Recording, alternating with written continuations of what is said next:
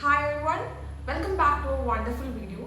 So ഞാൻ ഇന്ന് നിങ്ങളോട് ഷെയർ ചെയ്യുന്നത് വളരെ എക്സൈറ്റിംഗ് ആയിട്ടുള്ള ടോപ്പിക്കിനെ പറ്റിയാണ്. നിങ്ങൾ എല്ലാവരും ഈ 2025 കഴിഞ്ഞിട്ട് ഈ ഒരു പോയിന്റിൽ എത്തുമ്പോൾ നിങ്ങൾ ആഗ്രഹിക്കാത്ത ഒരു സ്കോർ എത്തി നിൽക്കുന്ന കുട്ടി, ആഗ്രഹിക്കുന്ന കോഴ്സ് കിട്ടാൻ തക്ക വണ്ണമുള്ള സ്കോർ ഇല്ലാത്ത കുട്ടിയാണ്. ഇപ്പോഴും ഒരു കൺഫ്യൂഷൻ ആയിരിക്കും, നിങ്ങൾ എന്താണ് ചെയ്യേണ്ടത്, ലൈഫിൽ ഇത്ര കാലം ആഗ്രഹിച്ചൊരു ആഗ്രഹം മാറ്റി വെച്ച് മറ്റൊരു ഓപ്ഷൻ എടുത്ത് പോകണോ, അത് ഒന്നുകൂടെ റിപ്പീറ്റ് ചെയ്യണോ, അല്ലെങ്കിൽ ഈ നാട്ടുകാരൊക്കെ പറയുന്ന പോലെ എന്തെങ്കിലും ചെയ്യണോ, അല്ലെങ്കിൽ അബ്രോഡ് പോയി MBBS ചെയ്യണോ, അല്ലെങ്കിൽ സെൽഫ് ഫിനാൻസ് പോകണോ, ഇങ്ങനെ കുറേ അധികം കൺഫ്യൂഷനിലായിരിക്കും നിങ്ങളെല്ലാവരും. സോ അതെല്ലാം ഒരു ഉത്തരം തരുന്ന അല്ലെങ്കിൽ നിങ്ങളെ കൊണ്ട് ചിന്തിപ്പിക്കുന്നതായിട്ട് ഒരു വീഡിയോ ആണ് ഞാൻ ചെയ്യാൻ ഉദ്ദേശിക്കുന്നത്. സോ നീ 2025 കഴിഞ്ഞു, നമുക്ക് എല്ലാവർക്കും നമുക്ക് എഴുതിയത് എന്താണ്, നമ്മൾ OMR മാർക്ക് ചെയ്ത റെസ്പോൺസ് എല്ലാം വെച്ച് റിസൾട്ട് നമുക്ക് കിട്ടിക്കഴിഞ്ഞു. നമുക്ക് നമ്മുടേതായിട്ടുള്ള റാങ്ക് കിട്ടിയിട്ടുണ്ടാവും. ഇനി ഫസ്റ്റ് അലോട്ട്മെന്റിന് വേണ്ടി നമ്മളെല്ലാവരും വെയിറ്റ് ചെയ്യുകയാണ്. നമുക്ക് ഇപ്പോൾ ഒരു ധാരണ ഉണ്ടായിട്ടുണ്ടാവും, ഗവൺമെന്റ് MBBS കിട്ടുന്ന ആരൊക്കെയാണ്, സെൽഫ് ഫിനാൻസും പഠിക്കാൻ പറ്റുന്ന ആരൊക്കെയാണ്, വെറ്റിനറി പോകാൻ പറ്റുന്ന ആരൊക്കെയാണ്, അഗ്രികൾച്ചർ ആർക്കൊക്കെ കിട്ടും, ഇങ്ങനെയുള്ള പല പല ധാരണകളിൽ നമ്മൾ എത്തിയിട്ടുണ്ടാവും. ഇതൊന്നും മറ്റ് പല കോഴ്സ് കിട്ടിയിട്ട് എനിക്ക് ഒരു വട്ടം കൂടി റിപ്പീറ്റ് ചെയ്യണമെന്ന് ആഗ്രഹമുള്ളവരായിരിക്കാം ഒരു പക്ഷേ നിങ്ങൾ. അല്ലെങ്കിൽ ഇനിയിപ്പോൾ എനിക്കിനി റിപ്പീറ്റ് ചെയ്യാൻ താല്പര്യമില്ല, കിട്ടുന്ന എന്ത് കോഴ്സാണോ അതെടുത്ത് പോയാൽ മതി എന്ന ആഗ്രഹമുള്ളവരായിരിക്കാം നിങ്ങൾ. പക്ഷേ ഇന്ന് ഞാൻ ഈ വീഡിയോ ചെയ്യാനായിട്ട് എന്നെ പ്രേരിപ്പിച്ചത് എന്താണെന്ന് വെച്ചിട്ടുണ്ടെങ്കിൽ, ഞാൻ കഴിഞ്ഞ ദിവസം ഒരു വീഡിയോ ഞാൻ യൂട്യൂബിൽ കണ്ടിട്ടുണ്ടായിരുന്നു. അതായത് ഒരു കുട്ടി ഒരു കരിയറിനെ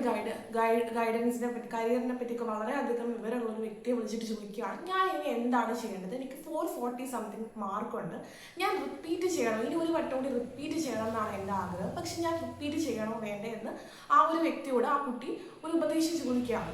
അപ്പോൾ ആ ഒരു വ്യക്തി ആ കുട്ടിക്ക് മറുപടിയായിട്ട് പറഞ്ഞു കൊടുത്തൊരു കാര്യമാണ്, അതായത് ഇനി ഒരു വട്ടം കൂടി റിപ്പീറ്റ് ചെയ്താൽ നിനക്ക് എത്ര ശതമാനം കോൺഫിഡൻസ് ഉണ്ട് നിനക്ക് കിട്ടുമെന്നുള്ളത്. അപ്പോൾ ആ കുട്ടി അതിന് മറുപടിയായിട്ട് പറഞ്ഞതാണ്, എനിക്കൊരു 80% ഉറപ്പുണ്ട് എനിക്ക് കിട്ടുന്നു, ബാക്കി 20% എനിക്കൊരു കൺഫ്യൂഷൻ ഉണ്ട് എന്നെപ്പറ്റി, എനിക്ക് അടുത്ത വർഷം MBBS കിട്ടുമോ ഇല്ലയോ എന്നുള്ളത് എനിക്ക് കൺഫ്യൂഷൻ ആണെന്ന് പറഞ്ഞു. അപ്പോൾ ആ വ്യക്തി പറഞ്ഞു കൊടുത്തതാണ് കുട്ടിക്ക്. ഒരു പക്ഷെ ആ വ്യക്തിക്ക് പറയുന്നത് ശരിയായിരിക്കാം, എനിക്ക് തോന്നിയൊരു കാര്യമാണ് ഞാൻ പറയുന്നത്. ആ വ്യക്തി പറഞ്ഞു കൊടുത്തതാണ്, അതായത് നീ ഒരു വർഷം ഈ 80% നിനക്ക് കോൺഫിഡൻസ് ഉള്ളൂ, ബാക്കി 20% നിനക്ക് കോൺഫിഡൻസ് ഇല്ല. അപ്പോൾ ആ 20% ആയിരിക്കാം ഒരു പക്ഷേ ലൈഫിൽ സംഭവിക്കാൻ പോകുന്നത്. അങ്ങനെ സംഭവിച്ച് നിന്റെ ലൈഫിൽ ഒരു വർഷം വെറുതെ പോയില്ലേ, വെറുതെ വേസ്റ്റ് ചെയ്തില്ലേ, അങ്ങനെ ഒരു റിസ്ക് എടുക്കേണ്ട ആവശ്യമുണ്ടോ, കിട്ടുന്ന മറ്റെന്തെങ്കിലും കോഴ്സ് എടുത്ത് പോയാൽ പോരെ എന്നാണ് ആ ഒരു വ്യക്തി ചോദിച്ചത്.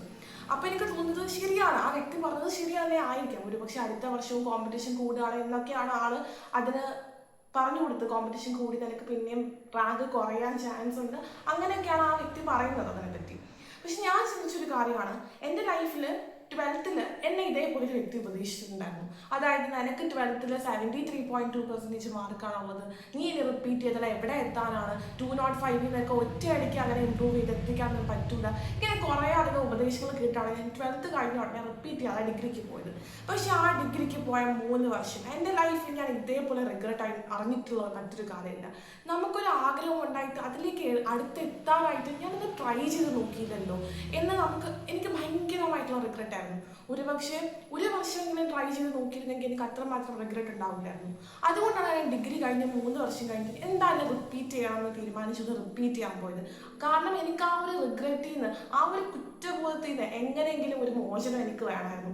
either ഞാൻ റിപ്പീറ്റ് ചെയ്യുന്നതിന് മുന്നേ എനിക്ക് തോന്നിയത് റിപ്പീറ്റ് ചെയ്ത് കഴിഞ്ഞാൽ ഒന്നെങ്കിൽ എനിക്ക് കിട്ടും, ഇല്ലെങ്കിൽ എനിക്ക് കിട്ടൂല.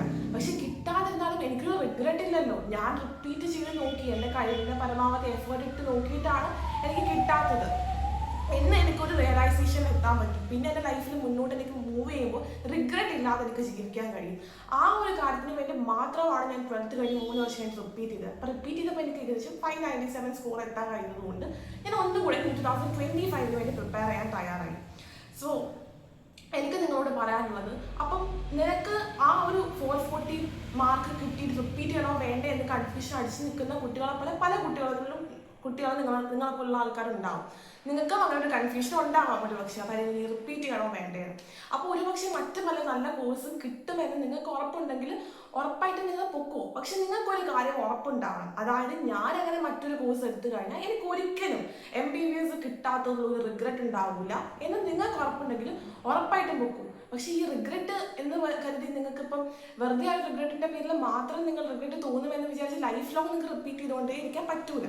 ഇപ്പം ഞാൻ പറഞ്ഞുതരാം, എൻ്റെ ഒരു തോന്നൽ എന്താണെന്ന് വെച്ചിട്ടുണ്ടെങ്കിൽ, ആരൊക്കെയാണ് റിപ്പീറ്റ് ചെയ്യേണ്ടതെന്ന് എനിക്ക് തോന്നിയിട്ടുണ്ടെങ്കിൽ, നിങ്ങളിപ്പോൾ ഈ കഴിഞ്ഞൊരു വർഷം ഈ 2025 വേണ്ടിയിട്ട് നിങ്ങൾ വൃത്തിക്ക് തന്നെ പ്രിപ്പയർ ചെയ്തിരിക്കണം. എല്ലാവരും റിപ്പീറ്റ് ചെയ്യുമ്പോൾ വെറുതെ കളിക്കാൻ പോകുന്നത്. എല്ലാവരും അവരവരുടെ ഒരു 50-70-80% മേലെ എഫേർട്ട് എടുത്ത് തന്നെ വർക്ക് ചെയ്യും.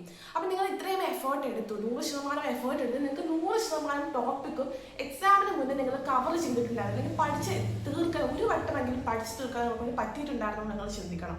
ഇപ്പം നിങ്ങൾ കൊണ്ട് അങ്ങനെ പറ്റിയിട്ടുണ്ട് എന്നാണ് അതിൻ്റെ ഉത്തരമെങ്കിൽ നിങ്ങൾക്ക് പിന്നെ നിങ്ങൾ അനലൈസ് ചെയ്യണം നിങ്ങൾക്ക് എവിടെയാണ് തെറ്റ് വന്നത്. ഈ 2025 എന്തുകൊണ്ട് നിങ്ങൾക്ക് ക്ലിയർ ആക്കാൻ പറ്റിയില്ല. അത് നിങ്ങൾ ആധികാരികമായിട്ട് തന്നെ ചിന്തിക്കണം. ഇപ്പം നിങ്ങൾ ടോപ്പിക്ക് പഠിച്ചു തീർക്കാത്തത് കാരണമാണോ, റിവിഷൻ ചെയ്യാത്തത് കാരണമാണോ, നിങ്ങൾക്ക് ഇപ്പം ഏതെങ്കിലും ഒരു വീക്കായിട്ടുള്ള സബ്ജക്റ്റ്, ഇപ്പോൾ കെമിസ്ട്രി നിങ്ങൾക്ക് ടഫായിരുന്നു, നിങ്ങൾ കെമിസ്ട്രിൻ്റെ കൂടുതൽ ടൈം ഇൻവെസ്റ്റ് ചെയ്തില്ല, അതുകൊണ്ടാണ് നിങ്ങൾക്ക് പറ്റിയത്. അല്ലെങ്കിൽ ഇതെല്ലാം പഠിച്ചതെല്ലാം വൃത്തിക്കായിരുന്നു, മോക്ക് എക്സാമിൻ്റെ കുറവ്, എക്സാം എഴുതിയതിൻ്റെ കുറവ് കാരണമാണോ, അല്ലെങ്കിൽ മോക്ക് എക്സാമും എല്ലാം മോക്കിനൊക്കെ വളരെ നല്ല മാർക്ക് കിട്ടിയ കുട്ടികൾക്കും ഫൈനൽ എക്സാം വന്നപ്പോൾ ഈ 2025 വല്ലാണ്ട് താഴെ പോയത് എന്താണെന്ന് വെച്ചിട്ടുണ്ടെങ്കിൽ ചിലർക്ക് ആ സ്ട്രെസ് ഹാൻഡിൽ ചെയ്യാൻ പറ്റാത്തത് കാരണമായിരിക്കും. അപ്പം അങ്ങനെയുള്ള കാരണങ്ങൾ കാരണമാണ് നിങ്ങൾക്ക് താഴെ പോയത്. എന്നിങ്ങനെ പല രീതിയിലും ഒരു ബുക്ക് എടുത്ത് നിങ്ങൾ തന്നെ എഴുതി നോക്കുക. നിങ്ങൾക്ക് എന്തൊക്കെയാണ് നിങ്ങൾക്ക് ഈ നീറ്റിന് മുന്നേ കിട്ടാതിരിക്കാൻ, അല്ലെങ്കിൽ നിങ്ങൾ ഉദ്ദേശിച്ച ഒരു സ്കോറിലേക്ക് എത്താതിരിക്കാൻ കാരണമാക്കിയ കാരണങ്ങൾ എന്തൊക്കെയാണ് എന്ന് എഴുതി നോക്കുക. എന്നിട്ട് അത് നിങ്ങൾക്കിപ്പോൾ റെക്ടിഫൈ ചെയ്യാൻ പറ്റുന്നതാണോ എന്ന് നിങ്ങൾ ചിന്തിക്കണം.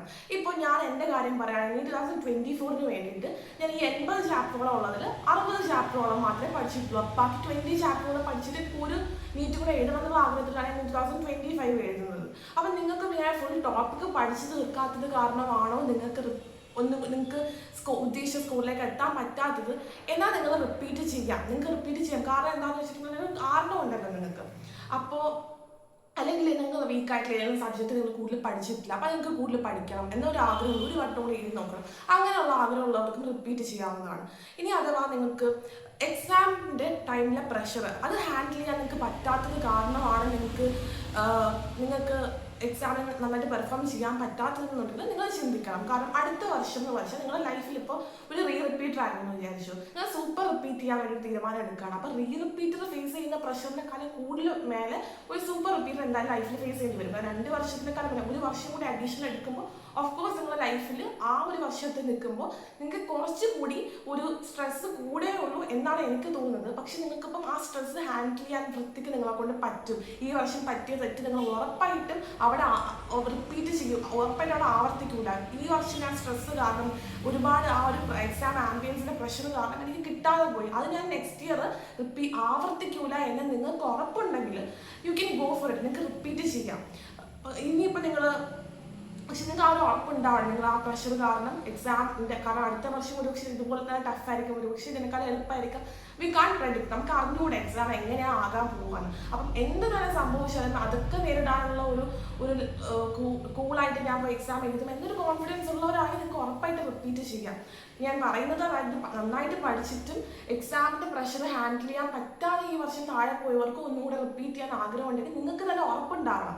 അതായത് ആ ഒരു അടുത്ത വർഷവും എക്സാമിൻ്റെ ടൈമിലെ പ്രഷർ എന്നെ കൊണ്ട് ഹാൻഡിൽ ചെയ്യാൻ പറ്റുമെന്നുള്ള ഉറപ്പ് അത്രയ്ക്ക് മാത്രം ഉള്ളവർ നിങ്ങൾക്ക് ഉറപ്പായിട്ട് റിപ്പീറ്റ് ചെയ്യാം. പിന്നെ വേറൊരു കാറ്റഗറി ആൾക്കാരുണ്ടാവും, നിങ്ങൾ 100% എക്സാമിന് പഠിച്ചു, 100% കണ്ടന്റ് തീർത്തതാണ്, എക്സാമിന് വലിയ പ്രഷറൊന്നും ഉണ്ടായില്ല, നിങ്ങൾക്ക് സ്ട്രെസ്സൊന്നും വലിയ വിഷയം ഉണ്ടായില്ല, എന്നിട്ട് നിങ്ങൾക്ക് റീകളക്ട് ചെയ്യാൻ പറ്റിയില്ല, റിവിഷൻ ചെയ്ത് എത്തിക്കാൻ പറ്റിയില്ല. അതായത് ഇപ്പോൾ ഞാനൊക്കെ എൻ്റെ ഇതിൽ റിപ്പീറ്റ് ചെയ്യാൻ ടൈമിൽ ആദ്യം പഠിച്ച കുറേ ബയോളജി ഒക്കെ പിന്നെ മറന്നു പോകും. 2025 ഒരു 1 വീക്ക് ബിഫോർ എനിക്ക് തോന്നിയിരുന്നു ഇതിനേക്കാളും അപ്പുറം ഒന്നും എനിക്ക് പഠിക്കാനില്ല, ഇനി എത്ര കാരണം എനിക്ക് മോക്കിനൊക്കെ പിന്നെ മാർക്ക് കൂടുന്നില്ല. മോക്കിന് തുടങ്ങിയപ്പോൾ മാർക്ക് എത്രയാണോ ആ മാർക്കിൽ തന്നെ പോകുമായിരുന്നു. അപ്പം എനിക്ക് റിയലൈസേഷൻ ഉണ്ടായി, എൻ്റെ മാക്സിമത്തിലാണ് ഞാൻ എത്തി നിൽക്കുന്നത്. ഇതിനേക്കാളും ഒരു ഗ്രോത്ത് എനിക്ക് ഈ ഒരു എൻട്രൻസിൻ്റെ ഫീൽഡിൽ ഉണ്ടാക്കാനില്ല, നീറ്റിന് ഇതിനപ്പുറം ഒരു മാർക്ക് എനിക്ക് നേടിയെടുക്കാനില്ല. അപ്പോൾ ആ ഒരു സാച്ചുറേഷൻ ലെവലിൽ എത്തി നിൽക്കുന്ന ഒരാളാണ് നിങ്ങളെങ്കിൽ ഞാൻ ഒരിക്കലും നിങ്ങളെ റിപ്പീറ്റ് ചെയ്യാൻ റെക്കമെൻഡ് ചെയ്യൂല. നിങ്ങളിപ്പോൾ നിങ്ങൾക്ക് മറ്റ് കിട്ടുന്ന കോഴ്സ് ഉണ്ടാണോ, അല്ലെങ്കിൽ സെൽഫ് ഫിനാൻസ് MBBS കിട്ടുമോ, അങ്ങനെയൊക്കെ നിങ്ങൾക്ക് എടുത്തു പോവാം. ഇനി നിങ്ങൾക്ക് ഇപ്പോൾ വളരെ മാർക്ക് കുറവാണ്, നിങ്ങളൊരു റിപ്പീറ്റ് ഒക്കെ ചെയ്തിട്ട് നിങ്ങൾക്ക് ഒരു 200 റേഞ്ച് മാർക്ക് അല്ലെങ്കിൽ 300 റേഞ്ച് മാർക്കൊക്കെ കിട്ടിയിട്ടുള്ളൂ. അത് വളരെ മാർക്ക് കുറവാണെന്നല്ല ഞാൻ പറയുന്നത്.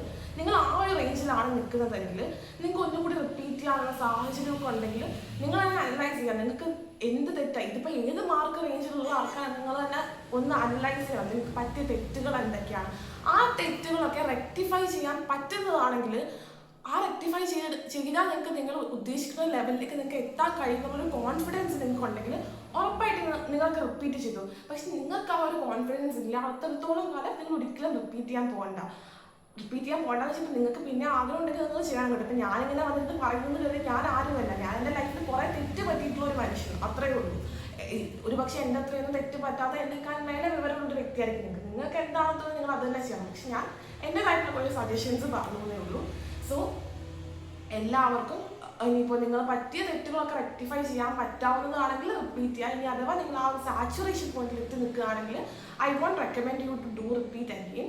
നിങ്ങൾക്ക് ലൈഫിൽ കിട്ടുന്ന കോഴ്സ് എന്താണോ, അല്ലെങ്കിൽ നിങ്ങൾ ഒരു തീരുമാനം എടുക്കുമ്പം എല്ലാവരും ചിന്തിക്കും അതിൽ എല്ലാം നല്ല പോസിറ്റീവും നെഗറ്റീവും എല്ലാം അനലൈസ് ചെയ്യുന്നത്. അപ്പം ഭയങ്കരമായി അബ്രോഡ് MBBSനെയൊക്കെ എല്ലാവരും പ്രൊമോട്ട് ചെയ്യുന്നുണ്ട്. അപ്പം അതിൻ്റെയൊക്കെ പോസിറ്റീവ്സും നെഗറ്റീവ്സും എല്ലാം നിങ്ങൾ നോക്കി വെച്ച്, ഇപ്പം നാട്ടിൽ കാശ് കൊടുത്ത് MBBS പഠിച്ചാൽ എത്ര വർഷം എടുക്കും, വെളിയിൽ പോയി പഠിച്ചാൽ എത്ര വർഷം എടുക്കും, ഇതെല്ലാം വൃത്തിക്ക് പഠിച്ചിട്ട് മാത്രമേ നിങ്ങൾ പോകാവൂ. ആരെങ്കിലും പറയുന്നത് കേട്ട് ഏതെങ്കിലും ഒരു സ്കാമിൽ ചെന്നപ്പെടരുത്. പിന്നെ റിപ്പീറ്റ് നിങ്ങൾക്ക് താല്പര്യം ഉണ്ടെങ്കിൽ റിപ്പീറ്റ് ചെയ്യാം. അല്ല നിങ്ങൾക്ക് ലൈഫിൽ എന്താണോ വേണ്ടതെന്ന് ഒന്ന് ഇരുത്തി ചിന്തിച്ചൊരു ബുക്ക് എടുത്ത് എഴുതി നോക്കി അതിൻ്റെ എല്ലാ ഉത്തരങ്ങൾ നിങ്ങൾക്ക് കിട്ടുന്ന പോലെ നിങ്ങൾ ചെയ്യുക. Wish you all the best. ലൈഫിൽ നിങ്ങളെ ഏറ്റവും ഒരു ടേണിംഗ് പോയിന്റിൽ തന്നെയാണ് ഇപ്പോൾ നിൽക്കുന്നത്. അതുകൊണ്ട് നിങ്ങൾ ശരിക്കും ചിന്തിച്ച് നിങ്ങൾക്ക് എന്താ വേണ്ടതെന്ന് വെച്ചാൽ ചെയ്യുക. എന്തെങ്കിലും ഒരു ഹെൽപ്പ് എന്നെ കൊണ്ട് നിങ്ങൾക്ക് ചെയ്യാൻ പറ്റുമെന്നുണ്ടെങ്കിൽ again I'm saying please do feel free to contact me. Thank U.